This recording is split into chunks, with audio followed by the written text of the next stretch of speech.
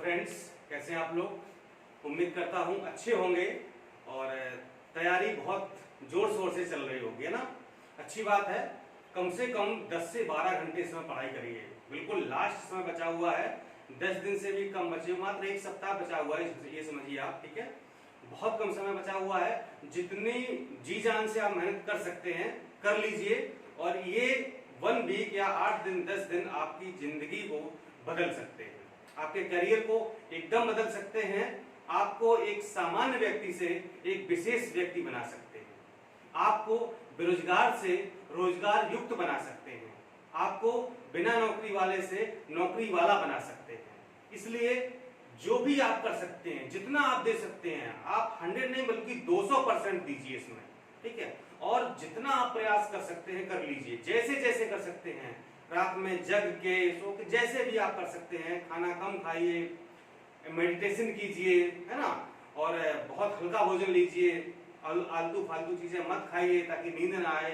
ठीक है, मतलब ये एक हफ्ता मतलब आप एकदम से समझिए कि बस जो है ब्रह्मचर्य का एकदम संन्यास ले लीजिए। बस जो कुछ भी हो जाए इस बार नहीं चूकेंगे, इस बार तो परीक्षा पास करके ही मानेंगे। बस इसी उम्मीद के साथ लगे रहिए और देखिए कि 20 तारीख को आपका एग्जाम इतना अच्छा होगा कि आपने शायद सोचा नहीं होगा।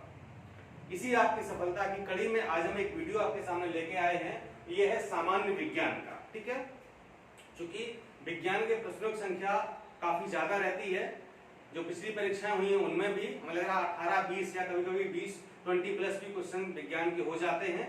तो विज्ञान में आपको क्या पढ़ना है, मैंने हालांकि बायोलॉजी में काफी चीजें पढ़ा दी हैं लेकिन पूरा नहीं हो पाया है, उसके लिए हम क्षमा चाहते हैं, लेकिन आगे मैं आपको फिर से पढ़ाऊंगा। तो अब आपको जो बची हुई चीजें हैं उनको कैसे पढ़ना है, क्या क्या पढ़ना है, किन पर फोकस करना है, कहां से साइंस में ज्यादा प्रश्न पूछे जाते हैं, इस बात पर आज हम लोग विस्तार से चर्चा करेंगे।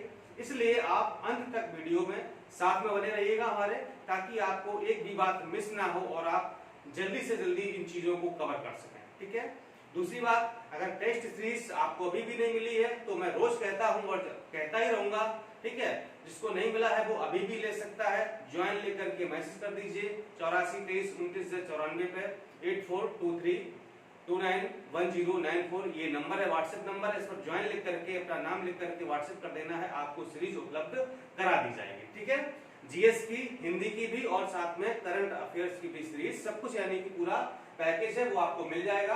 तो देखिए मैं आपको बता दूं कि विज्ञान में हमको 3 चीजें पढ़नी होती हैं। एक जीव विज्ञान जिसे हम बायोलॉजी कहते हैं, एक भौतिक विज्ञान जिसे हम फिजिक्स कहते हैं, और एक रसायन विज्ञान जिसे हम केमिस्ट्री के नाम से जानते हैं। ठीक है, प्रश्नों की संख्या के लिहाज से अगर देखा जाए तो बायोलॉजी यानी जीव विज्ञान सबसे इंपॉर्टेंट है। मान लो अगर 20 क्वेश्चन आते हैं साइंस से, तो समझिए कि करीब 10 से 12 प्रश्न बायोलॉजी से अकेले आते हैं। ठीक है, और करीब 5 से 6 प्रश्न आपके फिजिक्स से आ जाएंगे और 3 से 4 प्रश्न आ जाएंगे आपके केमिस्ट्री से। ठीक है, तो बायोलॉजी को आपको ज्यादा फोकस करना है क्योंकि यहाँ से प्रश्नों की संख्या अधिक रहती है। ठीक है, और पढ़ने में आसान भी है, इंटरेस्टिंग भी है। तो बायोलॉजी में किन किन टॉपिक को हम कवर करें जिससे कि हमारे प्रश्न सही हो जाएं, तो वही आपको हम बताने जा रहे हैं। हम पहले जंतु विज्ञान की बात करेंगे, क्योंकि जीव विज्ञान 2 भागों में बांटा गया है, जंतु विज्ञान और वनस्पति विज्ञान यानी कि जूलॉजी और बॉटनी में। ठीक है, तो जूलॉजी की बात कर लेते हैं। पहले आप पढ़ेंगे वर्गीकी यानी कि टैक्सोनॉमी। ठीक है, इसमें जो है जो जंतु हैं और जो पेड़ पौधे हैं उनका वर्गीकरण किया गया है कि कौन सा किस श्रेणी में रखा गया है, तो वो भी आपको पढ़ लेना है। ठीक है, इसके बाद मनुष्य के शरीर में विभिन्न प्रकार के तंत्र पाए जाते हैं, सिस्टम पाए जाते हैं, उनको पढ़ना है। सिस्टम तो बहुत सारे होते हैं लेकिन जो प्रमुख है वो आपको मैं बता रहा हूं। जैसे कि आपको पाचन तंत्र पढ़ना है, डाइजेस्टिव सिस्टम, रक्त परिसंचरण तंत्र पढ़ना है, ब्लड सर्कुलेटरी सिस्टम, श्वसन तंत्र पढ़ना है, रेस्पिरेटरी सिस्टम, अंतःस्रावी तंत्र पढ़ना मैं पढ़ा चुका हूं, श्वसन भी पढ़ा दिया है, अंतःस्रावी तंत्र, एंडोक्राइन सिस्टम, उत्सर्जन तंत्र, एक्सक्रीटरी सिस्टम, कंकाल तंत्र, स्केलेटन सिस्टम, तंत्रिका तंत्र यानी कि नर्वस सिस्टम, जनन तंत्र यानी कि रिप्रोडक्टिव सिस्टम, ये भी आपको मैंने कुछ बताया था अंतःस्रावी वाले भाग में, और मांसपेशियां। ठीक है, यानी कि मस्कुलर सिस्टम, ये आपको इतने तंत्र पढ़ने हैं। इसके अलावा आप पढ़ेंगे विटामिन। ठीक है, मैंने आपको विटामिन पढ़ाए हुए हैं, पोषण भी आपको पढ़ा चुके हैं, संतुलित आहार यानी कि बैलेंस डाइट भी आपको पढ़ा चुके हैं, दूध वगैरह के बारे में मैंने आपको सब कुछ बता दिया था। वीडियो साइंस के उपलब्ध है चैनल पर, वहां पर आप जाकर के साइंस की प्लेलिस्ट में देखेंगे तो आपको सब कुछ मिल जाएगा। ठीक है, इसके अलावा हम लोग पढ़ेंगे वनस्पति विज्ञान, जिसमें हम लोग पढ़ना है कोशिका यानी कि सेल के बारे में, बहुत इंपॉर्टेंट है, यहाँ से प्रश्न अक्सर पूछा जाता है। आनुवंशिकता के बारे में पढ़ने हैं। इसके बाद जैव विकास पढ़ लेना है। पादप हार्मोन बहुत इंपॉर्टेंट टॉपिक है, पादप हार्मोन, ठीक है। जैसे कि मनुष्य में हार्मोन्स होते हैं, वैसे ही पादपों में भी हार्मोन्स होते हैं। पादपों का पोषण, जैसे कि मनुष्य को पोषण की आवश्यकता होती है, वैसे ही पेड़ पौधों को भी पोषण की आवश्यकता होती है, इसलिए पढ़ना है। जिस प्रकार से मनुष्यों में जनन होता है, उसी प्रकार से पादपों में भी जनन होता है। लैंगिक जनन, अलैंगिक जनन इस प्रकार से होता है, ये पढ़ना आपको। साथ ही जो पौधों के भोजन बनाने की प्रक्रिया है, जिसको हम प्रकाश संश्लेषण या फोटोसिंथेसिस के नाम से जानते हैं, वो भी आपको पढ़ने हैं। इसके बाद जैव उर्वरक, बायो फर्टिलाइजर्स, ठीक है, तो ये भी आपको पढ़ना है, बहुत इंपॉर्टेंट टॉपिक है। इसके अलावा रोग पढ़ने हैं हमको, बीमारियों के बारे में पढ़ना है, जैसे कि जीवाणु यानी बैक्टीरिया से होने वाले रोग, विषाणु यानी वायरस से होने वाले रोग, कवक यानी फंगस से होने वाले रोग, प्रोटोजोआ से होने वाले रोग। ये रोग आपको हम सब पढ़ा चुके हैं, वीडियो अवेलेबल है, देख लीजिएगा। इसके बाद वंशागति रोग, ठीक है, यानी कि जो जैसे कि हीमोफीलिया है, वर्णांधता है, ठीक है, यानी कि माता पिता में थे और वो बच्चों में पहुंच गए, ठीक है, यानी कि एक पीढ़ी से दूसरी पीढ़ी में जो रोग ट्रांसफर हो जाते हैं माता पिता के द्वारा अपने बच्चों में, उसे वंशागति रोग कहा जाता है, यानी कि वंश के आधार पर वो रोग मिल जाता है, ठीक है। हीनता जन्य रोग, यानी कि अगर शरीर में किसी चीज की कमी हो जाए, ठीक है, हीन हो जाए, कमी हो जाए या इरेगुलरिटी हो जाए, तो कौन से रोग हो जाते हैं, ये आपको पढ़ लेना है। पादप रोग यानी पादपों में भी रोग होते हैं, और परजीवी यानी कि पैरासाइट, परजीवियों से होने वाले रोग। इतनी चीजें अगर आप साइंस में पढ़ लेते बायोलॉजी में, तो मुझे लगता है कि शायद आपका कोई प्रश्न गलत नहीं होगा। इसके बाद भौतिक विज्ञान यानी फिजिक्स की हम बात कर लेते हैं, तो इसमें बहुत इंपॉर्टेंट टॉपिक पहला ही है, यानी कि इकाई। मात्रक यानी यूनिट्स के बारे में पढ़ना है। मात्रक यानी मेजरमेंट्स, मापन यंत्र। मापन मतलब कि जो बहुत सारे यंत्र हैं, ठीक है, बैरोमीटर है, ठीक है, एनीमोमीटर है, इस प्रकार जो बहुत सारे यंत्र हैं उनको पढ़ना है। और पैमाने, जैसे डिग्री सेल्सियस पैमाना, फ़ारेनहाइट पैमाना, केल्विन पैमाना, ठीक है, इन सबको पढ़ लेना है। गुरुत्वीय गति यानी ग्रेविटेशनल मोशन आपको पढ़ना है। तरंग गति पढ़ना है। और ध्वनि के बारे में, ठीक, ध्वनि की चाल वगैरह किसमें अधिक होती है, पानी में या फिर वायु में या स्टील में, लोहे में, कांच में, इस सब में ये पढ़ लेना है। इसके बाद पदार्थों के गुण, जिसमें कि ठोस, द्रव, गैस के बारे में आपको पढ़ना है। 3 अवस्थाएं होती हैं, ठीक है, प्रत्यास्था हो गया या आर्द्रता वगैरह हो गया, इसी में आ जाएगा। न्यूटन के नियम, पहला, दूसरा, तीसरा बहुत ज्यादा इंपॉर्टेंट है। तो न्यूटन के नियम के एग्जाम्पल्स होते हैं, वो अक्सर परीक्षा में पूछे जाते हैं, ठीक है। एक स्टेटमेंट दिया होता है और पूछा जाता है कि ये न्यूटन के किस नियम को फॉलो करता है, ठीक है, या न्यूटन के किस नियम का एग्जाम्पल है।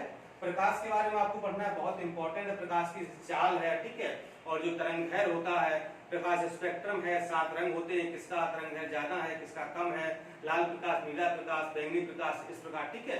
इसी में आपके लेंस आ जाएंगे, उत्तल अवतल लेंस, दर्पण आ जाएंगे, उत्तल अवतल दर्पण, समतल दर्पण, ठीक है, ये सारी चीजें। इसी में आपका निकट दृष्टि दोष, दूर दृष्टि दोष, ठीक है, मेट्रोपिया, मायोपिया, सब कुछ इसी में आ जाएगा प्रकाश वाले में, ये आपको पढ़ लेना है। ऊष्मा आपको पढ़नी है, हीट के बारे में, ठीक है, हीट का ट्रांसफर कैसे होता है, ठीक है, यानी कि किसकी ऊष्मा ज्यादा होती है, गुप्त ऊष्मा क्या होता है, इन सारी चीजों को आपको पढ़ लेना है। इसके बाद विद्युत धारा और चालकता के बारे में आपको पढ़ना है। नाभिकीय एवं इलेक्ट्रॉन भौतिकी, यानी नाभिक क्या होता है, नाभिक, इलेक्ट्रॉन, प्रोटॉन क्या होते हैं, ये सब आपको पढ़ लेना है, ठीक है। और मतलब कि किसका वो परमाणु द्रव्यमान ज्यादा है, ठीक है, कौन सा स्थायी है, अस्थायी है, ये सब चीजें आपको पढ़नी है। नाभिकीय एवं इलेक्ट्रॉन भौतिकी में नाभिक में क्या होता है, कौन चक्कर लगाता है, ये सब पढ़ना है। वैज्ञानिक आविष्कार की किसने क्या खोजा है, ठीक है, इस सब के बारे में प्रमुख जो चीजें हैं खोजे हुई हैं उनको, जैसे कि मान लो कंप्यूटर की खोज किसने है, टीवी खोज किसने की है, ठीक है, इन सब की खोज के बारे में पढ़ लेना है।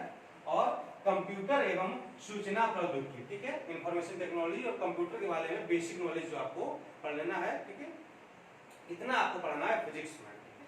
इसके बाद आते हैं हम लोग रसायन विज्ञान यानी केमिस्ट्री पर। इसमें आपको अणु, परमाणु और परमाणु संरचना के बारे में पढ़ना है। अणु क्या होता है, परमाणु क्या होता है और उसकी संरचना कैसी होती है, ठीक है, ये पढ़ना आपको। इसके बाद आपको पढ़ना है रासायनिक व भौतिक परिवर्तन, ठीक है, यानी कि ठोस से द्रव में परिवर्तन, द्रव से गैस में, गैस से ठोस में, इस प्रकार से आपको पढ़ना है, ठीक है। धातुएं पढ़नी बहुत important, very very important chapter है, ये मेटलर्जी वाला, ठीक है। धातुएं क्या होती है, धातुएं, अधातुएं और मिश्र धातुएं, जैसे कांसा, तांबा, पीतल, सिल्वर, जर्मन सिल्वर वगैरह, ये सब नहीं आता है, तो ये आपको पूछा जाता है मिश्र धातुओं में।